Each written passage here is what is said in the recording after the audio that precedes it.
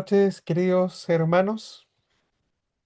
Vamos a dar inicio a esta penúltima videollamada que tenemos de nuestro curso de Introducción a los Evangelios. Hace un rato estaba subiendo las últimas cosas de esta semana y me estaba dando cuenta que ya vamos terminando. Se ha pasado rápido, por lo menos para mí, este semestre. No sé, para algunos que se toman más de un ramo, dos o tres, a lo mejor ha pasado más lento. Pero cuando a uno le toca dar un ramo, pasa un poquito más rápido. En esta jornada, lo que vamos a estar viendo es a continuación de nuestra clase de la semana pasada, la clase en video, donde estuvimos viendo lo que era la pasión, la semana de la pasión de Cristo. Hoy vamos a ver particularmente lo que es la resurrección y también las apariciones posteriores que tiene nuestro Salvador una vez que resucita. En esta semana 13, principalmente vamos a ver lo que tuvo que ver con la obediencia y el cumplimiento del Hijo. Me gusta llamarlo de esta manera, como obediencia y cumplimiento. En esta obediencia, nosotros podemos ver cómo nuestro Salvador, de un plan que fue creado desde la eternidad, incluye una situación de dolor que está dentro de los planes de Dios y que no escapa al control de este mismo Dios soberano. Por apreciación personal, nosotros en general no nos gusta el dolor. Nosotros lo que hacemos es tratar de evitar también el dolor. Nuestras decisiones muchas veces están basadas en tratar de evitar el dolor, pero por amor a nosotros, incluso algo tan doloroso como una crucifixión, no impidió que nuestro Salvador viniera a reconciliarnos con el Padre. Por eso la cruz no termina en lo que es una derrota, sino que en lo que viene después, una victoria mediante la resurrección. Esto en particular es porque la cruz demuestra principalmente el mensaje al cual vino nuestro Señor a manifestar a este mundo. Y ese mensaje se confirma a través también de lo que es la resurrección. Por eso es central el tema de la resurrección para la fe cristiana, porque la muerte de Cristo tiene este valor que es redentor y también porque su misión continúa después de él estando resucitado. No sé si alguna vez les conté que creo que lo que más tengo presente eh, en cuanto al Evangelio tiene que ver con la resurrección, porque en una clase hace ya varios años atrás, pedagogía me parece que estaba dando. Me tocó dar una clase para niños enfocada en niños y al terminar la clase me dijeron súper bien, pero dejaste a Cristo en la cruz, no lo resucitaste y me bajaron como 5 puntos por eso, todavía me acuerdo, lo tengo bien presente, pero creo que es algo que no se me va a olvidar jamás. El Evangelio incluye necesariamente e importantemente a un Cristo crucificado, esa es la clave también de nuestra creencia. ¿Qué vamos a estar viendo hoy? Principalmente algunas cositas en cuanto al aprendizaje. Tengo un problema con la presentación. Denme un segundito. Lo soluciono enseguida. A veces esto tiene que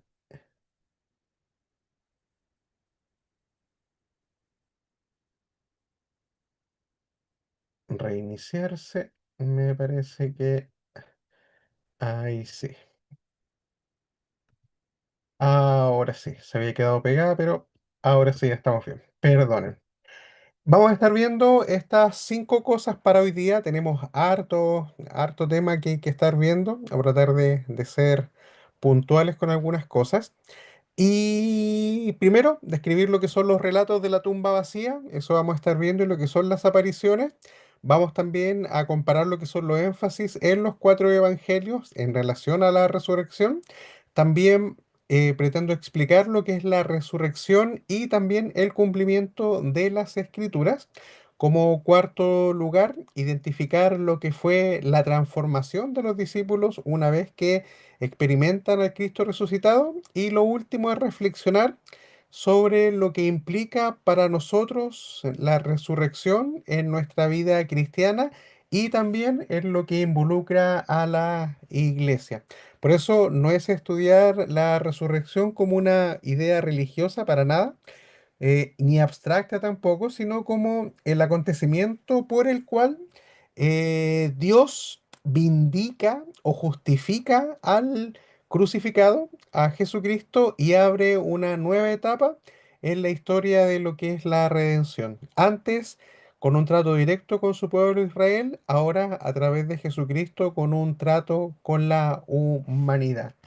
¿Cuál es la tesis central? La tesis central es que la resurrección de Cristo es esto, es la justificación o vindicación divina del Hijo crucificado y también esta confirmación sobre su mensaje y cómo su mensaje se cumple o se confirma también a través de lo que es la resurrección. Esto va a guiar principalmente todo lo que es la clase, porque su identidad mesiánica y también divina es la garantía y donde descansa lo que tiene que ver con la redención y también con el fundamento de la misión de la iglesia. Y esta idea de esta como tesis central de esta clase tiene el objetivo de tratar de evitar de dos errores comunes que uno puede caer. El primero sería que pensáramos en la resurrección solamente como un símbolo de esperanza, porque los evangelios la presentan como un acontecimiento real, y eso es importante, que cambia también lo que es la comprensión de Jesús y también de la historia, porque tenemos un redentor que experimenta lo que la raza humana experimenta y se identifica también con ella misma. Y el segundo error sería separar lo que es la resurrección de la cruz, porque ambos hechos son un designio soberano de Dios, porque el que resucita al Jesús crucificado es también el que planeó esto desde la fundación del mundo. Por eso la resurrección sin cruz no tiene mucho sentido, porque la cruz es parte, puedo decir aquí, del camino redentor. Por eso es que es necesario no separar ambas situaciones, no romantizar mucho una, pero tampoco quitar lo que tiene que ver con la realidad de lo que aconteció para que nosotros pudiésemos ser reconciliados con Dios. Veamos, en cada evangelio nosotros podemos ver quizás eh, un énfasis particular en lo que tiene que ver con la resurrección. Por ejemplo, Mateo destaca lo que es la autoridad de Cristo después de la resurrección y también el envío a las naciones. En Mateo 28 lo sabemos de memoria. Marcos, por otro lado, resalta lo que implica o cómo impactó también el anuncio de que Jesús ha resucitado. Ese es el énfasis particular. Es como la noticia hay que darla a conocer. En el caso de Lucas, muestra que existe un cumplimiento de las escrituras y además de eso, los discípulos se convierten en testigos. Mientras que Juan enfatiza encuentros personales que tuvo Jesús estando resucitado con diferentes discípulos, personas también, y que despiertan la fe, en algunos casos la paz, y en otros muchos casos también lo que tuvo que ver con la restauración. Obviamente todos estos énfasis no se contradicen, más bien lo que hacen es darnos una versión mucho más rica de lo que es la resurrección, como un acontecimiento histórico, pero también como una revelación del estudio de Cristo y también el fundamento de lo que tiene que ver con la misión de la iglesia. Veamos, primer acontecimiento, nosotros vemos ahí lo que es la tumba vacía. Los relatos de la resurrección, ahí en Mateo 28, Marcos 16, Lucas 24 y también Juan 20, eh, comienzan con el descubrimiento, en primer lugar, de que la tumba está vacía, entendemos eso. Las mujeres van al sepulcro esperando encontrar el cuerpo de Jesús para también hacer lo que eran los rituales que correspondían a después de la sepultación. y lo que ven ellas al ir al sepulcro es algo inesperado, obviamente, porque la piedra ha sido removida y Jesús no está en ese lugar. La tumba vacía, en este caso, presenta confusión para las personas y es parte de también el anuncio divino del cumplimiento de lo que Jesucristo antes ya había anunciado. Por eso los mensajeros, que en este caso son ángeles, interpretan el acontecimiento y le dicen, no está aquí, él ha resucitado. Eso es lo que dicen estos testigos. Y esto es importante porque para las personas o para estas mujeres fue algo sorprendente y es curioso que para ellos sea algo sorprendente porque Jesús lo había dicho un montón de veces, pero ellas todavía no entendían que esto tenía que acontecer. Por eso para los discípulos, al ver a su maestro crucificado, seguramente, y para muchos de ellos, fue la derrota de este ministerio tan fructífero que había tenido nuestro Salvador aquí en la tierra.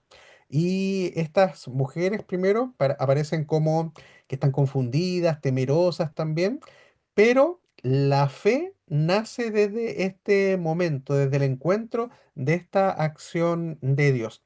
George McDowell, en su libro Evidencia que exige un veredicto, manifiesta lo siguiente. Él dice que una de las mayores pruebas, digamos, de que la resurrección es un hecho real, tiene que ver con los testigos que narran el primer encuentro de esta tumba vacía.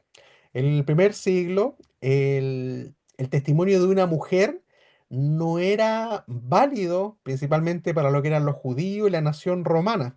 No era importante si una mujer daba a entender como testigo porque no era validada frente a la sociedad.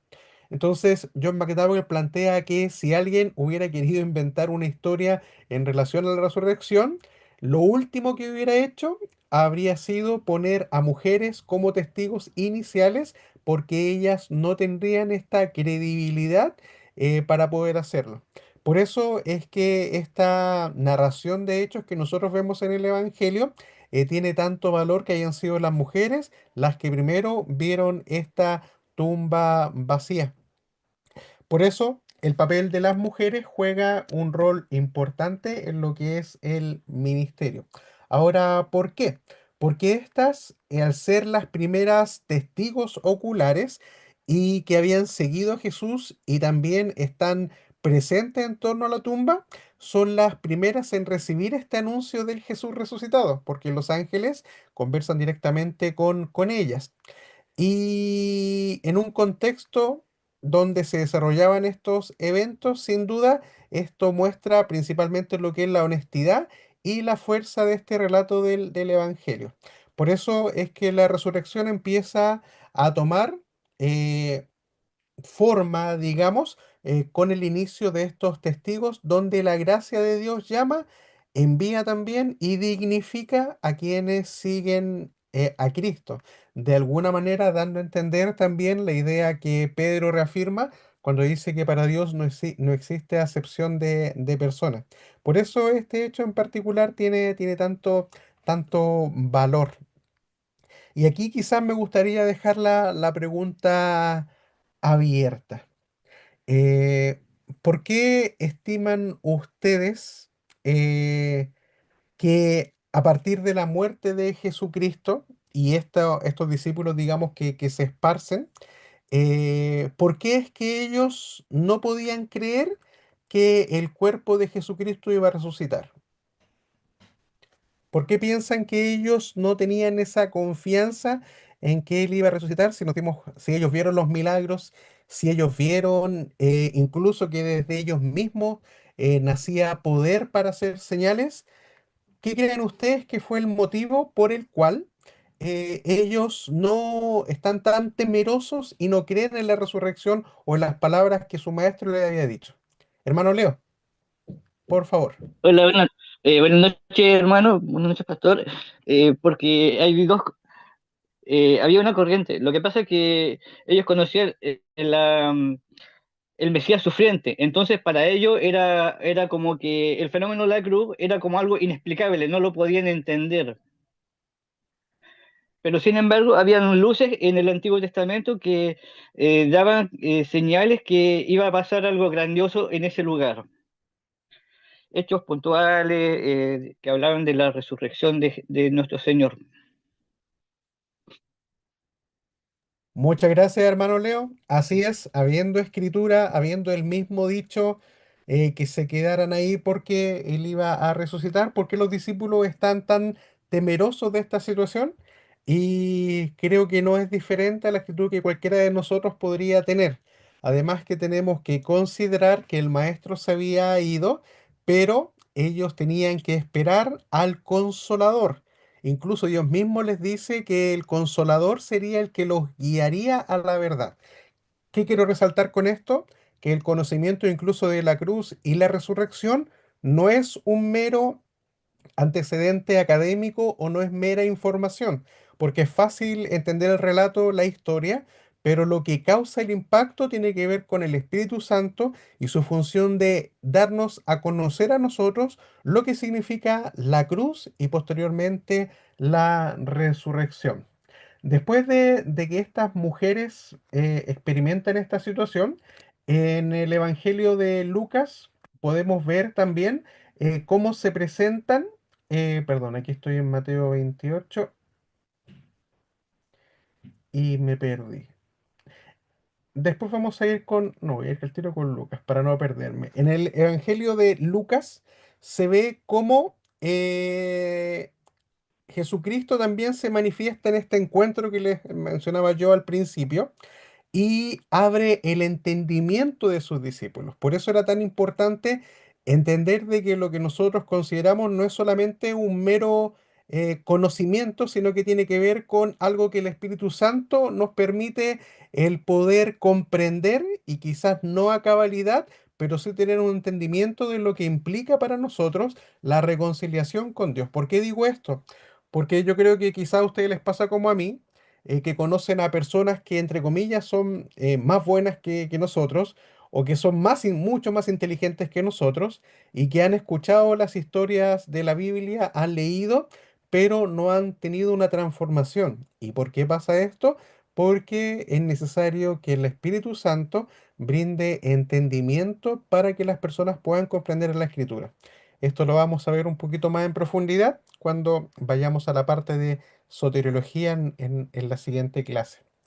Lucas entonces dedica esto como un énfasis particular en cómo Dios o cómo Jesucristo brinda esta luz para que ellos entiendan la escritura. Por eso camino a Emaús aparecen estos dos discípulos que están tristes, están confundidos también, son incapaces de comprender plenamente lo que había sucedido y lo que hace Jesús es acercarse a ellos, pero ellos no lo reconocen de inmediato. Ahí en Lucas 24, cuando estamos leyendo acerca de esto, le dicen, ¿y tú a dónde has estado que no supiste todo lo que aconteció en Jerusalén? Para leerlo. Eh, 15, versículo 15 de Lucas 24. Sucedió que mientras hablaban y discutían entre sí, camino a Maús, Jesús mismo se acercó y caminaba con ellos, mas los ojos de ellos estaban velados para que no le conociesen, y les dijo, ¿qué pláticas son estas que tenéis entre vosotros mientras camináis, y por qué estáis tristes? Respondiendo uno de ellos, que se llamaba Cleofas, le dijo, ¿eres tú el único forastero en Jerusalén que no has sabido las cosas que en ella han acontecido en estos días?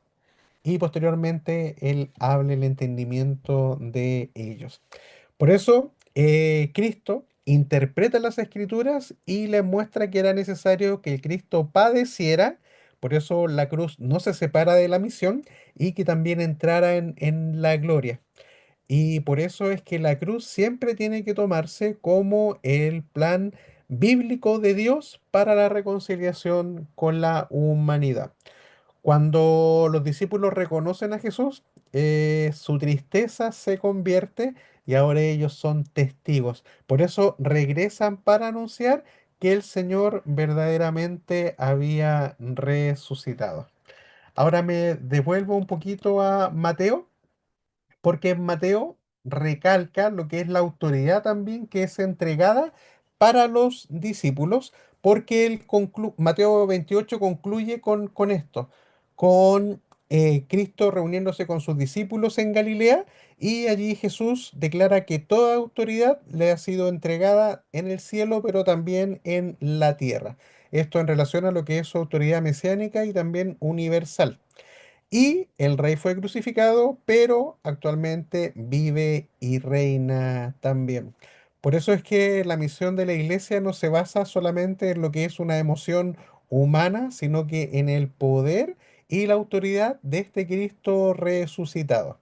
Por eso es que la gran comisión surge directamente luego de la resurrección. Hermano Alejandro, adelante, dígame nomás. Sí, hermano Jonathan, sabe que me quedé pensando en la pregunta que nos hacía recién sobre la incredulidad también que mostraron los discípulos.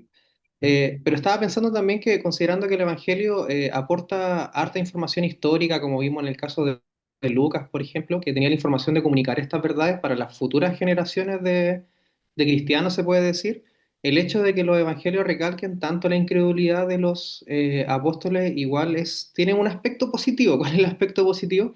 Que nos demuestra que en realidad la resurrección de Cristo dejó la evidencia que no fue parte como de un imaginario colectivo que la gente imaginó que Jesús resucitó, sino que el hecho que muestren su incredulidad demuestra que fue un hecho comprobable, que los apóstoles tuvieron comprobar a primera vista que Jesús resucitó y no fue de un Vox Populi nomás que ocurrió en la sociedad. Entonces, creo que ahí al menos esa incredulidad queda como antecedente para las futuras generaciones que fue un hecho completamente real. Así es. Bueno, de hecho, en su libro, John McDowell, su tesis principal era desacreditar la historicidad de Jesús y también de la resurrección. Pero al no poder desacreditar esa resurrección, el Señor le convierte y ahora vemos cómo John McDowell es un gran apologeta, escritor también, usado grandemente por el Señor, pero tiene toda la razón en relación a que tiene esta incredulidad, también es muestra de que este es un hecho completamente real. Al terminar Mateo 28, entendemos que la misión de la iglesia solamente se puede llevar a cabo porque Cristo resucitado está con la iglesia y esa misión es hasta el fin del mundo. Por eso esa promesa que aparece al final, luego de dar esta gran comisión donde les dice bautizándolos en el nombre del Padre, del Hijo y del Espíritu Santo, enseñándoles que guarden todas las cosas que os he mandado, y he aquí, yo estoy con vosotros todos los días hasta el fin del mundo. Por eso es que la presencia de Cristo acompaña a la iglesia para poder cumplir aquella misión a la cual fue encomendada. Después de eso, en Marcos les plantea al principio que recalca la idea de la resurrección y darse cuenta que el resucitado obviamente no estaba en la tumba. Por eso la resurrección de Marcos se ve más como pero también con intensidad de las emociones que están aconteciendo en ese momento. Eh, y aquí es importante notar la expresión que ocupa Marcos cuando dice el resucitado es el crucificado. Eso quiere decir que aquel que fue muerto es la persona, y lo destaca mucho, que fue muerto, que murió en la cruz, no que estaba en un estado catatónico. He escuchado por ahí algunas versiones que dicen que Cristo no murió, sino que estaba catatónico y que después despertó. Pero Marcos lo que hace es recalcar que él había muerto en la cruz. Y el temor y el asombro también de las mujeres muestran principalmente que las expectativas humanas de la resurrección se superaron con creces. Y la respuesta o la pregunta que hace el lector es que frente a esta noticia de la resurrección, ¿cómo debe responder la audiencia frente a esto? Y en realidad cuando uno se encuentra con el Evangelio, nadie puede ser indiferente al Evangelio. Uno puede escucharlo y puede decir, yo no creo esto y continúo mi vida, o puede escuchar el Evangelio y ser transformado completamente y también transformado en su vida. Pero el Evangelio y la resurrección no pueden dejar indiferente a nadie que la escucha. Hermano Leo, adelante, por favor. Sí, pastor, complementando lo que decía, igual me acordaba de Pablo, porque igual Pablo, por ejemplo, en 1 Corintios 15 habla del verso 3 en adelante, porque Mm. primeramente he enseñado lo que mismo se recibí, que Cristo murió por nuestros pecados conforme a la Escritura, y que fue sepultado y que resucitó al tercer día conforme a la Escritura, que apareció a Cefas, después a los 12, después apareció a más de 500 hermanos a la vez, de los cuales muchos viven y otros ya duermen. Después apareció Jacobo, después a todos los apóstoles, y el último de todos, como un abortivo, me apareció a mí, porque soy el más pequeño de los apóstoles, porque no soy digno de ser llamado apóstol, porque perseguí a la gracia de Dios. Entonces, es un relato que complementa lo que habla de la resurrección de nuestro Señor. Así es, muchas gracias, hermano Leo. En la misma carta a los Corintios, un poquito más adelante, en el capítulo 15, cuando leemos el 14, también Pablo da un énfasis a esta idea de que sin la resurrección el cristianismo no existe, cuando en el versículo, voy a ir desde el 12, 1 Corintios 15, 12, dice, pero si se predica de Cristo que resucitó de los muertos, ¿cómo dicen algunos entre vosotros que no hay resurrección de muertos? Porque si no hay resurrección de muertos, tampoco Cristo resucitó. Y continúa, y si Cristo no resucitó, vana es entonces nuestra predicación, vana es también vuestra fe. Por eso este hecho de la resurrección es algo que debe ser defendido porque nos damos cuenta que es cardinal también, es lo que tiene que ver con nuestra fe. Después de Marcos, vimos ya a Lucas y este entendimiento que le da a los discípulos de Emaús y también cómo ellos desde Jerusalén inician esta idea de ser testigos de aquel que había resucitado. Eh, por eso, después de en Lucas 24, cuando aparecen los discípulos, les habla enseguida que no es un espíritu y le abre el entendimiento para que ellos comprendan la escritura.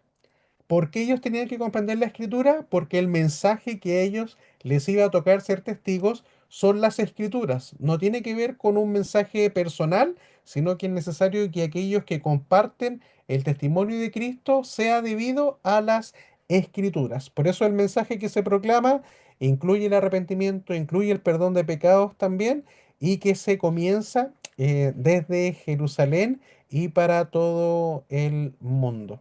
Por eso la fe debe producir una comunidad que es enviada, pero que no es encerrada.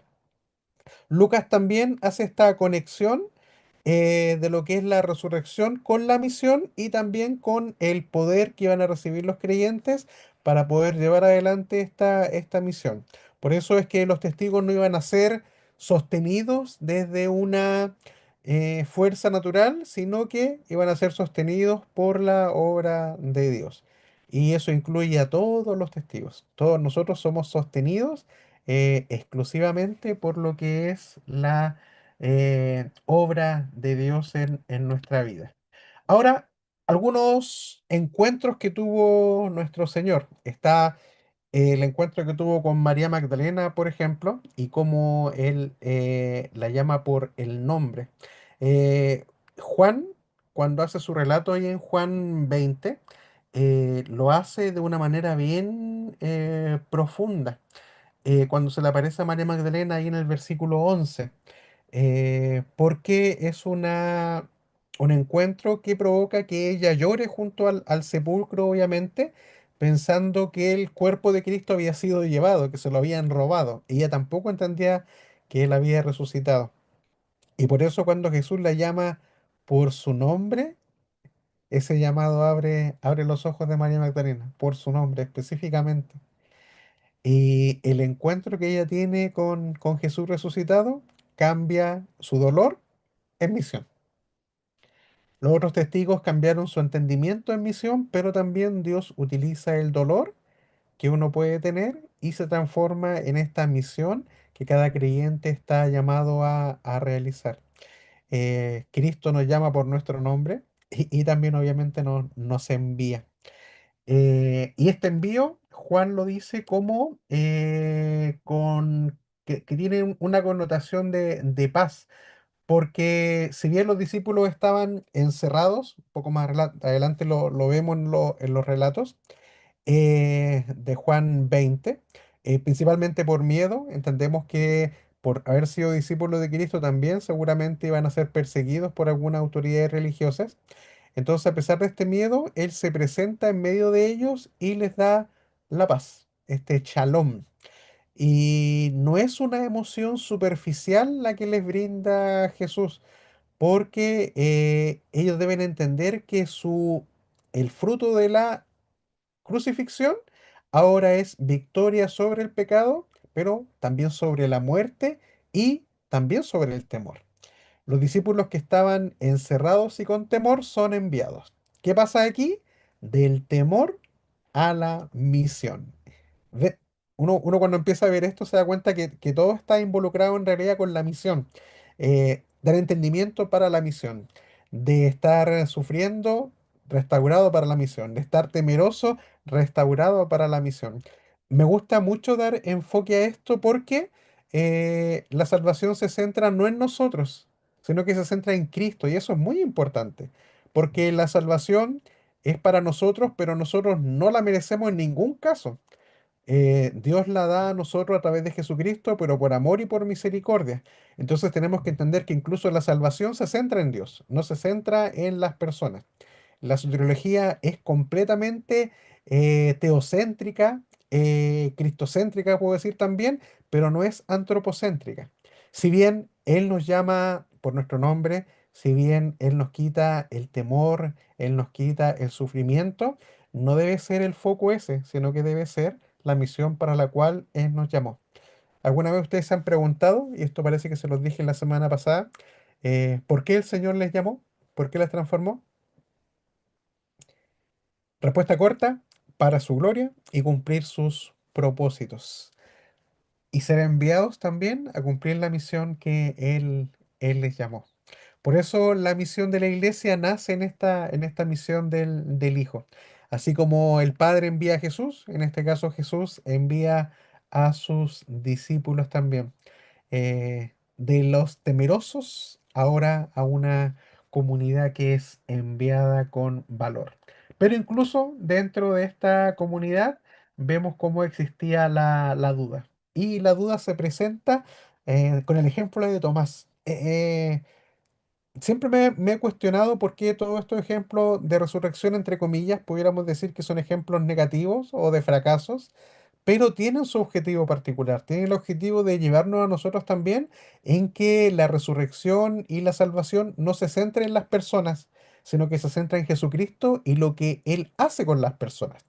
Tomás no estaba con los discípulos cuando Jesús apareció por primera vez. Entonces, cuando los discípulos le dicen, expresa cierta duda. Sí, lo vieron, pero ya, no lo sé, Rick, me parece falso. Yo creo que una cosa así les dijo a los discípulos. Y él quiere ver y tocar las señales también de lo que está aconteciendo. Y lo que hace Jesús es presentarse nuevamente y llama a Tomás a creer. Y esta respuesta de Tomás es una conclusión, le llamo yo, cristológica súper clara, porque él frente al encuentro con el Señor declara enseguida, Señor mío y Dios mío. Por eso Juan lo que muestra en este ejemplo tiene que ver con cómo la duda más bien que tenía Tomás es tratada con la idea de rendirse ante Jesús resucitado. Esto se lee en Juan 20, versículo 27. Luego dijo a Tomás, pon aquí tu dedo y mira mis manos y acerca tu mano y métela en mi costado y no seas incrédulo, sino creyente. Entonces Tomás respondió y le dijo, Señor mío y Dios mío. Jesús le dijo, porque me has visto, Tomás, creíste, bienaventurados los que no vieron y creyeron, apuntando a los que serían parte de la misión mediante la proclamación y que se convertirían a pesar de no haber sido testigos oculares o presenciales de lo que la resurrección había significado también. Además de ver a este temeroso que está con dudas, también nosotros podemos ver algo bonito que pasa en esta resurrección o estos encuentros que tiene. Y este es ahí el que más me gusta, la restauración de Pedro.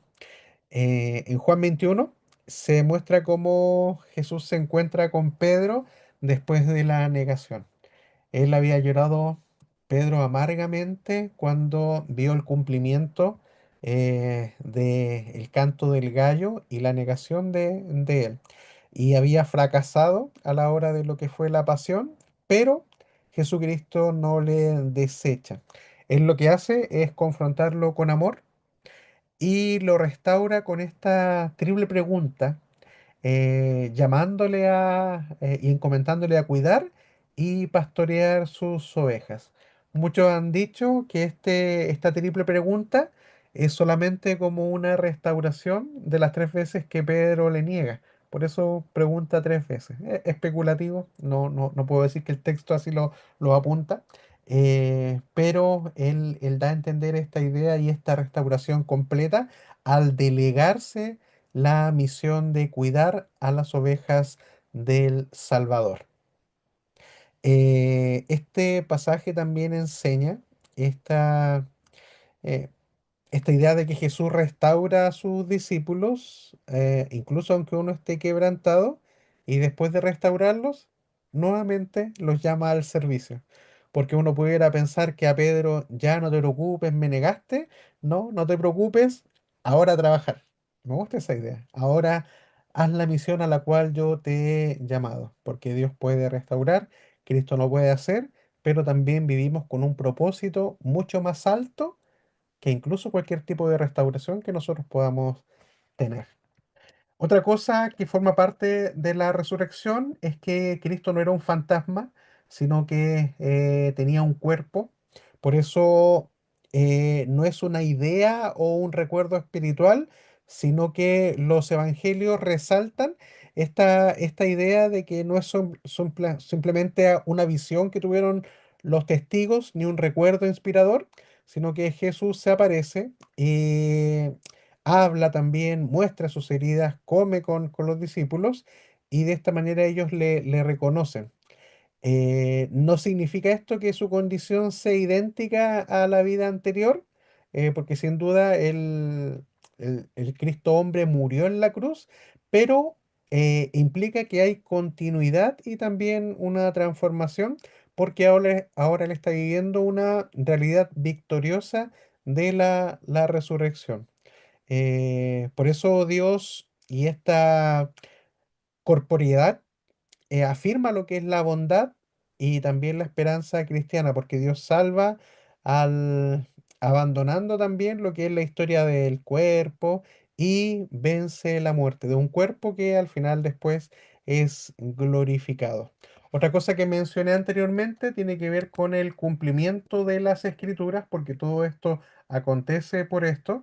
Y podemos ver en las promesas que hay en la ley de Moisés también, los anuncios en Isaías 51 de este Mesías sufriente también, y en los Salmos como eh, adelantamiento, digamos, de lo que iba a ser la muerte, pero también la resurrección de Jesucristo. También esta justificación, eh, a ojos humanos, en realidad, podríamos pensar que fue una señal de algún tipo de fracaso. Obviamente la muerte para todos de repente implica un fracaso, pero lo que hace la resurrección es invertir también esta lectura, porque Dios levanta a Jesús y le confirma como el Mesías verdadero. eh, Hago quizás el contraste, yo creo que ustedes han estado quizás en muchos, le ha tocado participar en algunos funerales seguramente a muchos, y yo creo que usted ha notado la diferencia cuando muere una persona con Cristo y lo diferente que es el servicio. A mí siempre me ha asombrado eso. La tranquilidad, que yo encuentro que es algo que solamente Dios puede entregar. Se ve la pena y la tristeza, pero cuando alguien no ha sido creyente y uno ve familiares también y personas que quizás no participan en la iglesia, uno ve también esa desesperación y esa falta de consuelo, porque para muchas personas piensan que la muerte es el fin. Y nosotros entendemos que por el ejemplo de la resurrección, y así como Cristo resucitó, incluso aquellas personas que nosotros extrañamos ahora y que hemos perdido, un día resucitarán con Cristo. Entonces es increíble la diferencia que provoca una cruz que pudiéramos decir que es mala, pero que en realidad nos brinda esperanza principalmente. El mundo lo rechazó, así como también seguramente nos va a rechazar a nosotros, pero esa cruz nos brinda sin lugar a duda una esperanza. Dato adicional solamente aquí, la cruz que compartimos nosotros y que tenemos en nuestros templos tiene la característica de que siempre está vacía, ¿cierto? Esa es la característica de nuestra cruz. Incluso algunas personas que usan cruz vacía. Pero eh, muchas figuras que vemos, principalmente en el mundo católico romano, si se fijan, lo que se resalta es un Cristo en la cruz. Me llama la atención eso a mí. Aquí voy a especular un poquito. Pero la primera promesa mesiánica habla de que la serpiente heriría en el calcañar, ¿cierto? Ah, o sea, que la serpiente heriría en el calcañar a la simiente de la mujer. Entendemos que esa es una herida no de muerte. Y la cruz y la muerte de Cristo se asemeja más bien a lo que es, entre comillas, la presunta victoria de la serpiente, pero que no fue así.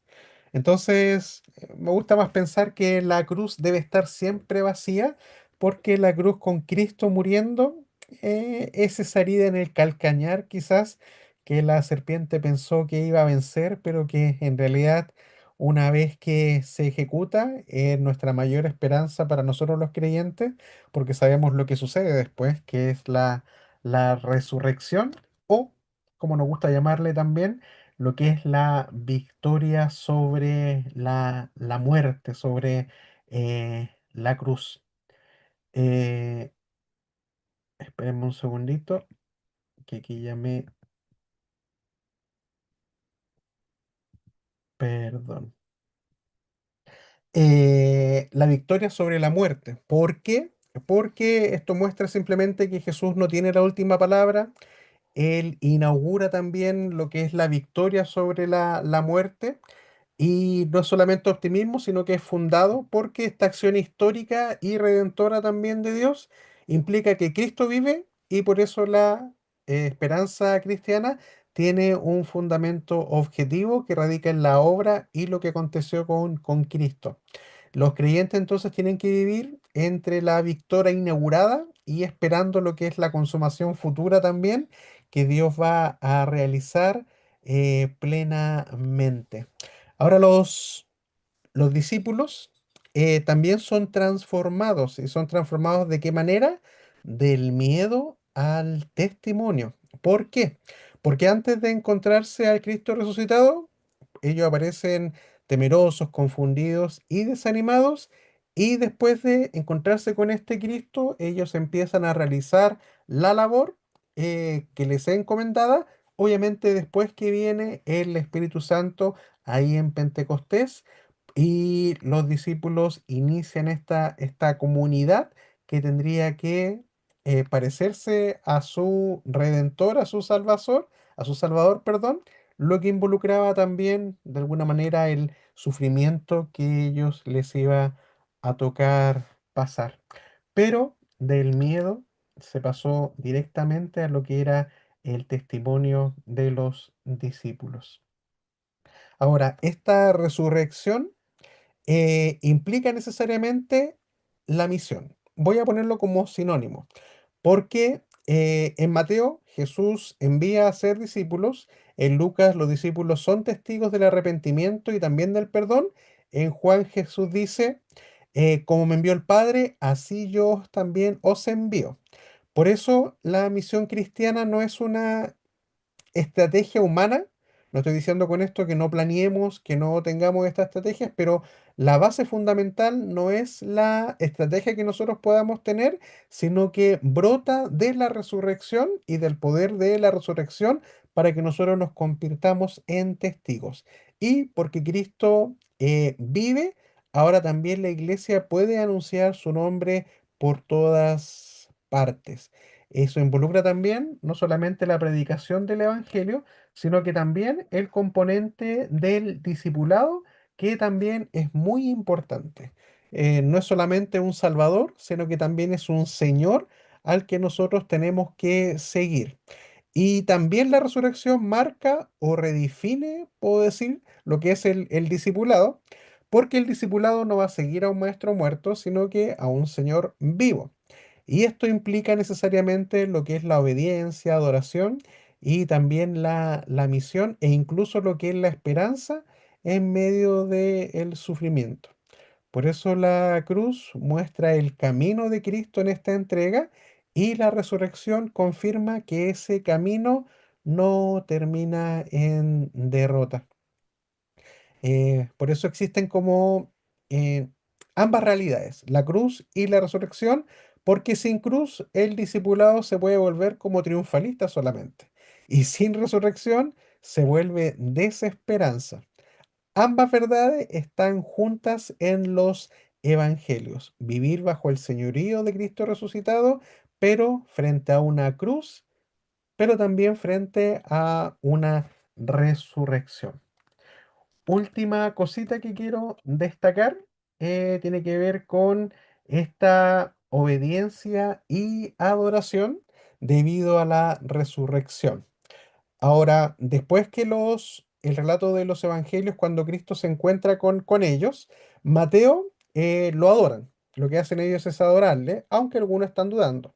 En Juan, Tomás le confiesa como Señor y Dios, eso lo vimos recién, y estos relatos solamente los tienen que llevar a la conclusión de que frente a la resurrección, nosotros tenemos que responder en adoración. Ahora, ¿qué es la adoración? La adoración no tiene que ver con cantar o emocionarse, sino que con reconocer la identidad de Jesús, someterse también a la autoridad y vivir para la misión. Eso significa realmente adorar al Señor. Por eso una iglesia que está centrada en la resurrección es una iglesia que tiene que celebrar al Señor, obedecer al Señor y también anunciarle como vivo. Hagamos una síntesis un poco de lo que hemos estado viendo. En esta síntesis se presenta la tumba vacía, él ha resucitado, también las apariciones que él tiene con algunas personas en particular y también con sus discípulos, y cómo de estas apariciones y de estas confrontaciones se le brinda una misión a la iglesia. Por eso, lo que es la resurrección es una confirmación de la cruz y justifica a Jesús, transformando también a sus discípulos en aquellos que debían cumplir la misión de compartir a aquel que resucitó o el mensaje de aquel que resucitó. Como aplicación pastoral y final, entonces, ¿cómo la iglesia debe vivir actualmente? Primero, en esperanza. Una iglesia tiene que vivir esperanzada así en que pronto viene su Salvador para eliminar completamente lo que es la injusticia y la maldad que uno ve, pero también debe estar adorando mientras le aguarda. También tiene que ser valiente porque así como trataron a su Salvador, muchas veces también nos van a tratar a nosotros. Y recordar también que la misión que tiene la iglesia necesariamente implica anunciar lo que es el arrepentimiento, el perdón y la vida eterna en el nombre de Jesús. Por eso la iglesia no tiene que vivir encerrada, sino que tiene que vivir en comunidad y abierta también a compartir el mensaje, me gusta llamarle a mí, esperanzador de un mundo que cada vez puedo decir que le necesita más.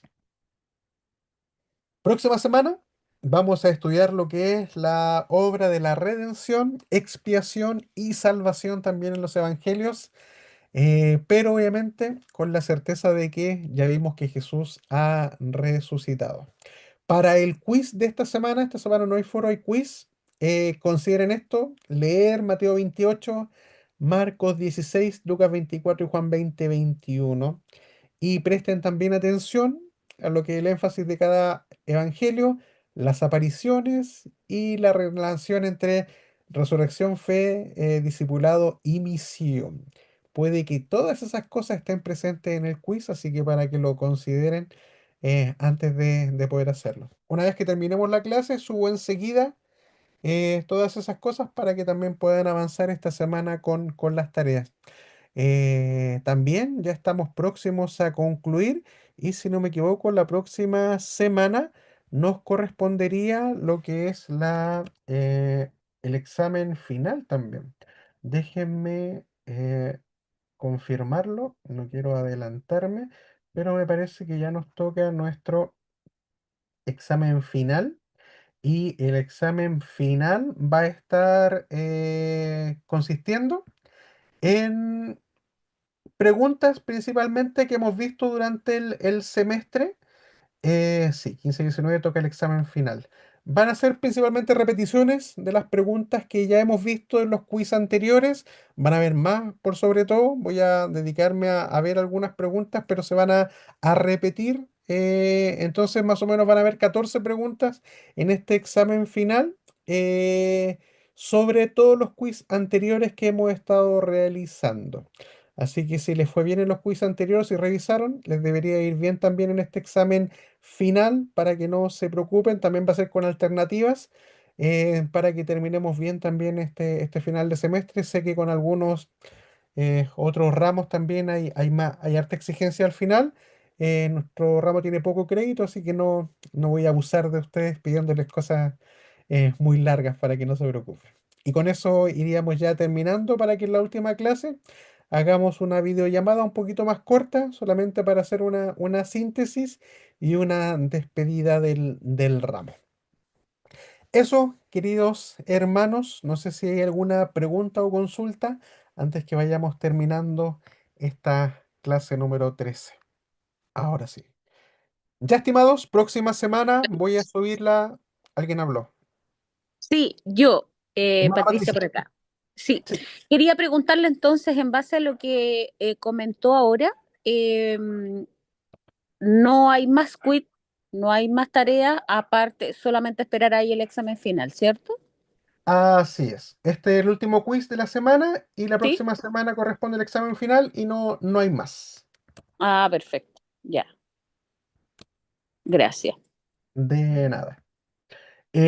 Miento, sí hay algo más, pero tiene que ir con la lectura. La lectura está contemplada para 15 semanas, así que igual la lectura hay que hacerla para terminar los evangelios hasta la 15, pero no es una prueba adicional, sino que solamente la lectura de los Ya, evangelios. genial. Pastor, perdón, Hermana eh, Rosario, preocupada pero no ocupada. ¿Cómo está su espalda? mucho mejor, ya volví a hacer ejercicio, ya estoy Ya. levantando peso muerto, así que ya estoy bien. Ay, ya, qué bueno, gracias a Dios. Esa era mi consulta, gracias, hermano. Muchas gracias, hermana, muchas gracias. Ese es un problema de los pastores en la espalda y de todos.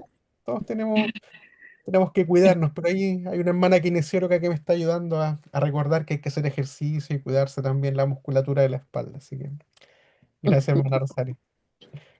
Bien, estimados, que tengan una bonita semana y nos estamos encontrando ya en 2 semanitas más para lo que es el final de esta clase de introducción a los evangelios. Cualquier duda, consultas, adelante nomás. Y recuerden que aquel que encuentre algo que se vea medio extraño en el material, hay un puntaje adicional también para la prueba si lo puede defender al respecto sobre el material. Así que eso es como adicional. No hay problema.